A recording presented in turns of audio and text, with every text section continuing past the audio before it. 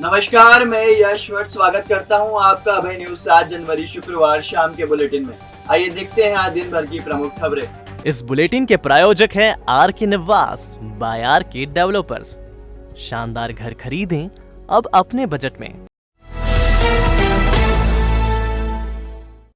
इन दिनों वार्ड 53 में लगा एक पोस्टर चर्चा का विषय है। चर्चा इसलिए क्योंकि प्रदेश के उच्च शिक्षा मंत्री डॉक्टर मोहन यादव के जन संवाद कार्यक्रम के पोस्टर पर इलाके के कुख्यात हेराफेरीबाज की फोटो लगी है। यह हेराफेरीबाज कोई और नहीं, शासकीय जमीनों की हेराफेरी करने के बाद बदनाम माफिया गोपाल बैरागी है। कांग्रेस शासन काल में खुद को मनोहर बैरागी का भतीजा बताने वाला हेराफेरीबाज गोपाल बैरागी शासन बदलते ही खुद भी बदल गया और खुद को कांग्रेसी बताने वाला यह जालसाज अब भाजपाई हो गया है। इस हेराफेरी पर एक सप्ताह पहले ही नानाखेड़ा थाने में आनंद नगर की सरकारी जमीन को बेचने का प्रकरण दर्ज हुआ है। इस पर पूर्व भी जमीनों की हेराफेरी के कई मामले दर्ज है। इसके अलावा इसे टोपीबाज भी कहा जाता है। लोगों को मीठी मीठी बात में उलझाकर यह लोगों के 7 रुपयों की ठगी भी करता है। चेक बाउंस के कई मामले भी इसके खिलाफ चल रहे हैं। अब यह टोपीबाज भाजपा के पोस्टर पर दिख रहा है। सोचने वाली बात यह है कि कैबिनेट मंत्री मोहन यादव ऐसे जालसाज को अपने से क्यों जोड़े हुए हैं। अगर ये मामला उनकी जानकारी में नहीं है तो यह भी चिंतनीय बात है कि आखिर एक जालसाज उनके साथ कैसे जुड़ गया। शुक्रवार को शहर में संत समाज ने बड़ा फैसला कर डाला। श्री महाकालेश्वर मंदिर से हर तरफ के शुल्क हटाने की मांग कर रहे महंत अवधेश पुरी को संत समाज से बहिष्कृत कर दिया गया। संतों के बहिष्कार को महंत अवधेश पुरी ने शिगुफा बताया। उन्होंने साफ कहा, वो कौन होते हैं मेरा बहिष्कार करने वाले, मैं कौन सा उनके कार्यक्रम में जाता हूँ। दरअसल महानिर्वाणी अखाड़े में मीटिंग रखी गई थी। इसमें षड दर्शन साधु समाज, स्थानीय अखाड़ा परिषद और पुजारी महासंघ के प्रतिनिधि शामिल हुए। संतों ने हाल में महंत अवधेश पुरी द्वारा श्री महाकालेश्वर मंदिर के शुल्क व्यवस्था पर ली जा रही आपत्ति पर नाराजगी जाहिर की। संतों का मानना था कि अवधेश पुरी अनर्गल बयानबाजी कर संतों की प्रतिष्ठा धूमिल कर रहे हैं। ऐसे में उनका बहिष्कार किया जाना चाहिए। संतों ने एक मत से अवधेश पुरी को बहिष्कृत करने का फैसला किया। इसी तरह श्री महाकालेश्वर मंदिर में लिए जा रहे अलग अलग शुल्क की जगह एक ही शुल्क लगाने का प्रस्ताव पारित किया। संतों के बहिष्कार पर अवधेश पुरी भड़क गए। उन्होंने साफ कहा कि वह मुझे बहिष्कृत करने वाले कौन होते हैं। मैं हिंदू हित की बात कर रहा हूं और करता रहूंगा। मंदिर में शुल्क लगाना नाजायज है। इसी तरह मंदिरों को सरकारीकरण से मुक्त होना चाहिए। जब मस्जिद चर्च का सरकारीकरण नहीं होता तो मंदिर का क्यों। महानिर्वाण अखाड़े के महंत विनीत गिरी ने बताया कि अनर्गल बयानबाजी के कारण महंत अवधेश गिरी को संत समाज से बहिष्कृत कर दिया गया है और जिसमें 4-5 मुख्यता बिंदु थे। एक प्रमुख बिंदु साधु अवधेश पुरी को लेकर के, जो कि गत कई दिनों से देखने को मिल रहा था। अनर्गल वक्तव्य मीडिया के माध्यम से समाज को भ्रमित करने के लिए दिए जा रहे थे और उसमें ये स्पष्ट किया गया कि साधु अवधेश पुरी चूँकि ना तो किसी अखाड़ा परंपरा से जुड़े हुए हैं, ना ही किसी गुरु शिष्य परंपरा का पालन कर रहे हैं और मनमुखी होकर के पूरे साधु समाज का नेतृत्व करने का जो प्रयास कर रहे हैं उसे साधु समाज किसी भी स्तर पर स्वीकार नहीं करेगा। उनका साधु समाज ने उसी जो कि पूर्व में प्रकाशपुरी महाराज जी ने किया था उसी की पुनरावृत्ति करते हुए साधु समाज ने अवधेश पुरी से खुद को अलग कर लिया है। महंत डॉक्टर रामेश्वर दास ने बताया कि तीनों संस्थाओं ने पूर्व में किए गए अवधेश पुरी के बहिष्कार के समान एक बार फिर से बहिष्कार किया गया है। पुरी श्री महाकालेश्वर मंदिर के संबंध में अनर्गल बयानबाजी करते हैं। शिप्रा शुद्धिकरण पर भी बात हुई। इस संबंध में जल्दी ही सीएम से मुलाकात की जाएगी। मैं सर्वसम्मति से जो है उनका पुनः बहिष्कार किया गया अवधेश पुरी का, क्योंकि अवधेश पुरी जो है महाकाल मंदिर के संबंध में अनर्गल बातें जो करते हैं और शासन प्रशासन को भ्रमित करते हैं वो उचित नहीं है। पुजारी महासंघ के राष्ट्रीय अध्यक्ष महेश पुजारी ने बताया कि साधु के रूप में जो व्यक्ति भ्रम फैला रहा है उसे बाहर निकाल दिया गया है। मंदिर में एक समान शुल्क लागू करने का प्रस्ताव पारित किया है। आज जो निर्णय हुए वो बहुत ही उत्तम और मंदिर के हित में लिए गए हैं। जो भी साधु के रूप में जो व्यक्ति एक जो यहाँ भ्रम फैला के पुजारियों को, पुरोहितों को दलाल के रूप में और दलाली के रूप में प्रस्तुत कर रहे थे, उसी का सभी को विरोध था और उस विरोध के विषय में आज लिया। वो बहिष्कृत रहे हैं साधु समाज से और पुनः समाज ने उन्हें फिर से बहिष्कृत किया है। देखिए, एक बात है, पांच उंगली एक जैसे नहीं होती है। कहीं ना कहीं कोई व्यक्ति गलत होते हैं तो सभी गलत नहीं होते हैं, लेकिन यदि एक शुल्क हो जाएगी तो और उसका एक प्रचार हो जाएगा तो ये जो व्यवस्थाएं कभी कभी हो जाती है वो भी दूर होगी और समाप्त हो। क्षीरसागर स्थित गांधी उद्यान में भाजपाइयों का मौन धरना शुक्रवार की दोपहर मजाक बनकर रह गया। शहर अध्यक्ष विवेक जोशी के साथ कार्यकर्ताओं ने पहले राष्ट्रपिता महात्मा गांधी की प्रतिमा पर माल्यार्पण किया और प्रतिमा के समक्ष ही पंजाब में पीएम नरेंद्र मोदी की सुरक्षा में हुई चूक के विरोध में मौन धरने पर बैठ गए। भाजपाइयों ने विधायक पारस जैन का इंतजार भी नहीं किया और उनके आने से पहले ही बापू को पुष्प अर्पित कर दिए। हालांकि विधायक निर्धारित समय से देरी से पहुंचे थे। दोपहर 2:30 बजे शुरू हुआ धरना महज 1.5 घंटे में ही खत्म हो गया। कहने को तो यह मौन धरना था, लेकिन मास्क लगाए भाजपाई आपस में गपशप करते नजर आए।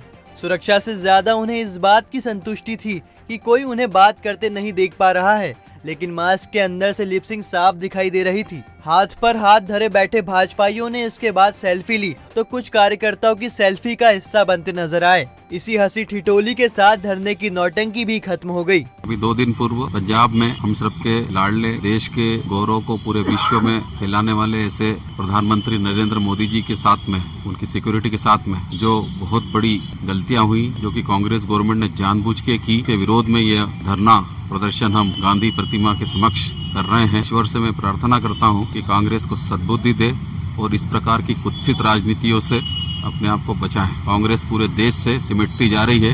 ये हरकतें कांग्रेस के कफन में आखिरी कील साबित होगी।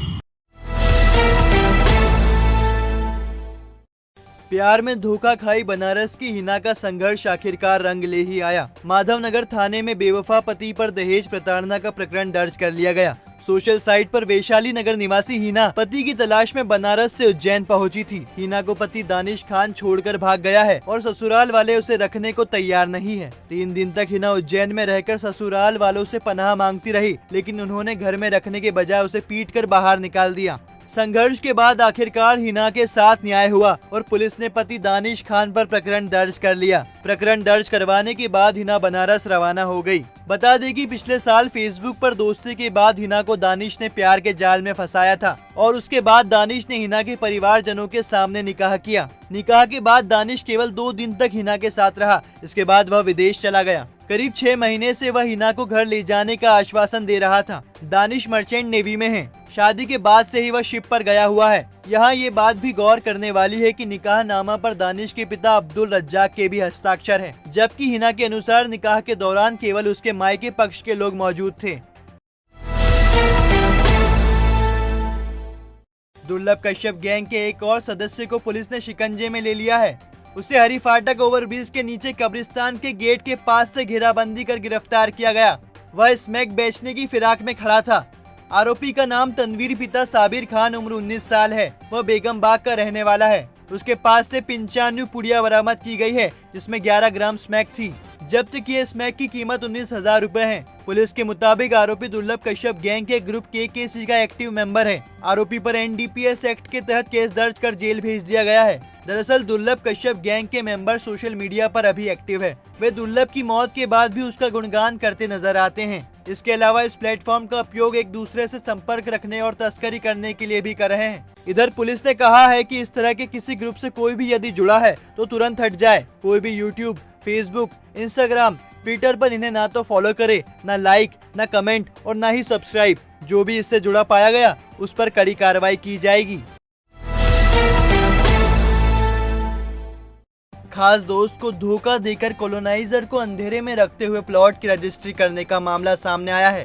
नागजिरी थाना पुलिस इसकी जांच कर रही है। देवास रोड स्थित कल्पतरु कॉलोनी के प्लॉट क्रमांक 82 की फर्जी तरीके से रजिस्ट्री करने का मामला सामने आया है। क्षीरसागर निवासी विजय शर्मा के अनुसार सेठी नगर निवासी विनय त्रिवेदी उनके खास दोस्त है। पैसे की जरूरत पड़ने पर विनय ने उन्हें कल्पतरु स्थित प्लॉट बेचा और पैसे देकर उन्होंने रसीद भी ले ली, लेकिन विनय ने बगैर बताए ही इस प्लाट की रजिस्ट्री कांता मालवी को भी कर दी। इस बात की जानकारी विजय को लगी तो उन्होंने विनय से रुपए वापस मांगे, लेकिन उसने साफ तौर पर रुपए देने से इनकार कर दिया। बगैर रसीद लिए कॉलोनाइजर रजिस्ट्री नहीं कर सकता, लेकिन विनय और उसके दोस्त मंगलेश शर्मा ने कॉलोनाइजर अलका केसरिया को रसीद गुम होने का हवाला देकर रजिस्ट्री करवा ली। अलका केसरिया ने भी नागजीरी थाने में विनय के खिलाफ शिकायत की है। नागजीरी थाना प्रभारी विक्रम सिंह के अनुसार विनय त्रिवेदी ने धोखाधड़ी पूर्वक प्लॉट की रजिस्ट्री की है। अलका केसरिया ने भी बगैर रसीद लिए रजिस्ट्री की है। इसके चलते दोनों के खिलाफ प्रकरण दर्ज किया जाएगा। कल्पतरु एवेन्यू में मेरे को एक विनय त्रिवेदी से प्लाट मैंने खरीदा था और उसने कुछ टाइम बाद धोखाधड़ी करके बिल्डर मंगलेश शर्मा के द्वारा फर्जी रजिस्ट्री करवा ली है और मेरे साथ में धोखा करा है उसने। कल्पतरु एवेन्यू के अध्यक्ष अलका केसरिया जी द्वारा इसकी भी एक आवेदन देके नागजीरी थाना में एफआईआर कराने की प्रयासरत है और मेरे साथ जो धोखा हुआ है उसके लिए भी मैं काफ़ी है जो प्रयासरत हूँ कि उसकी एफआईआर होकर मेरे साथ में न्याय किया जाए। कोरोना संक्रमण के चलते कॉलेजों ने एहतियात बरतना शुरू कर दिया है। इसके चलते इंजीनियरिंग कॉलेज में 10 जनवरी से पहले सेमेस्टर की ऑनलाइन क्लासेस शुरू होगी। प्राचार्य जे.के. श्रीवास्तव ने इस संबंध में आदेश जारी कर दिया है। ऑनलाइन क्लासेस के संबंध में बताया गया है कि अगले आदेश तक यह लागू रहेगा। इधर विद्यार्थियों से हॉस्टल भी खाली कराया जा रहा है। उन्हें 15 जनवरी तक हॉस्टल खाली करने का कहा है। हालांकि कॉलेज में बीटेक, एमई, एमटेक के पहले सेमेस्टर के टेस्ट पूर्व निर्धारित समय पर ऑनलाइन होंगे। पंजाब में प्रधानमंत्री की सुरक्षा में हुई चूक के मामले में वकीलों ने कोठी पैलेस पर कलेक्टर को राष्ट्रपति के नाम ज्ञापन सौंपा। दरअसल पीएम की सुरक्षा में चूक का मामला लगातार गर्माता जा रहा है। इसी को लेकर शुक्रवार को मंडल अभिभाषक संघ ने भाजपा विधि प्रकोष्ठ के बैनर तले ज्ञापन सौंपा। अभिभाषकों ने ज्ञापन के माध्यम से पंजाब में राष्ट्रपति शासन लगाने की मांग की। अभिभाषक लोकेंद्र मेहता के नेतृत्व में ज्ञापन सौंपा गया। प्रधानमंत्री जी की सुरक्षा को लेकर जो चूक हुई है उसी के संदर्भ में हमने राष्ट्रपति जी से मांग की है पंजाब सरकार में राष्ट्रपति शासन लागू होवे व माननीय प्रधानमंत्री जी की गरिमा को देखते हुए इस प्रकार की गलतियां ना होवे और पूरा भारत देश इसके लिए चिंतित है। उसी संदर्भ में अभिभाषकों के द्वारा यह ज्ञापन जिलाधीश महोदय को दिया गया। लोक सेवा आयोग पीएससी की नई वेबसाइट का लोकार्पण राजभवन में शुक्रवार को किया गया। राज्यपाल मंगूभाई पटेल ने राजभवन में वेबसाइट को लोकार्पित किया। नई वेबसाइट में कई नई जानकारियां जोड़ी गई है। लोकार्पण मौके पर पीएससी के सदस्य डॉक्टर राम सिंह सिकरवार खास तौर पर उपस्थित थे। राज्यपाल ने वेबसाइट को उपयोगी बताया। संयुक्त ब्राह्मण सामाजिक कल्याण समिति के संरक्षक गृह मंत्री पंडित नरोत्तम मिश्रा से राष्ट्रीय अध्यक्ष पंडित मनोज अजय रावत ने भेंट की। इस दौरान सामाजिक मुद्दों पर चर्चा की गई और बाबा महाकाल का प्रसाद एवं दुपट्टा पहनाकर सम्मान किया। स्वच्छ सर्वेक्षण के तहत शुक्रवार को शासकीय कालिदास कन्या महाविद्यालय में स्वच्छता कार्यशाला ब्रांड एम्बेसडर अशोक गौड़, अनुष्का राय एवं अपर आयुक्त मनोज पाठक की उपस्थिति में किया गया। अखिल भारतीय आमेटा ब्राह्मण समाज को 2 दिवसीय परिचय सम्मेलन 8 एवं 9 जनवरी को कहारवाड़ी में आयोजित किया जाएगा। राष्ट्रीय मुख्यालय में होने वाले आयोजन में पूरे भारत के समाज के युवक युवती शामिल होंगे। जिला स्तरीय रोजगार मेला 12 जनवरी को होगा। हाट बाजार प्रांगण में सुबह 10:30 बजे से शाम 4 बजे तक होने वाले आयोजन में निजी कंपनी के अधिकारी मौजूद थे। कमर्शियल वाहन चालकों के लिए आई चेकअप कैंप 9 जनवरी को सुबह 10 बजे नानाखेड़ा बस स्टैंड पर होगा। अडॉप्ट आंगनवाड़ी कार्यक्रम शुरू किया गया। इसमें जरूरत की चीजें आंगनवाड़ी को दान दी जा सकती है। कोर्ट में चपरासी और ड्राइवर पद के लिए हो रहे इंटरव्यू स्थगित कर दिया गया है। डीजे ने यह आदेश दिया है। बढ़ते कोरोना संक्रमण के चलते यह फैसला किया गया है। केंद्रीय मंत्री फग्गन सिंह कुलस्ते ने बाबा महाकाल के दर्शन किए। हालांकि इस दौरान उन्होंने मास्क मुंह पर नहीं लगाया। मास्क उनकी थोड़ी पर लगा हुआ था। केंद्रीय मंत्री के इस कृत्य को गैर जिम्मेदाराना माना जा रहा है।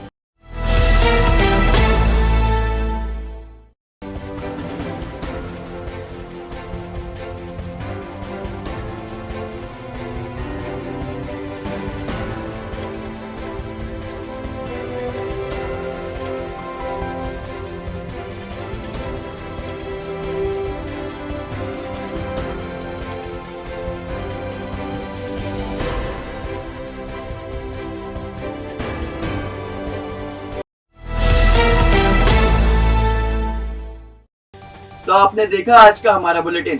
आपको यह बुलेटिन कैसा लगा? अपने सुझाव हमें जरूर पहुंचाएं। और जाने से पहले अभय न्यूज परिवार आप सभी से निवेदन करता है कि मास्क जरूर लगाएं, सामाजिक दूरी का पालन करें और स्वस्थ रहें। धन्यवाद।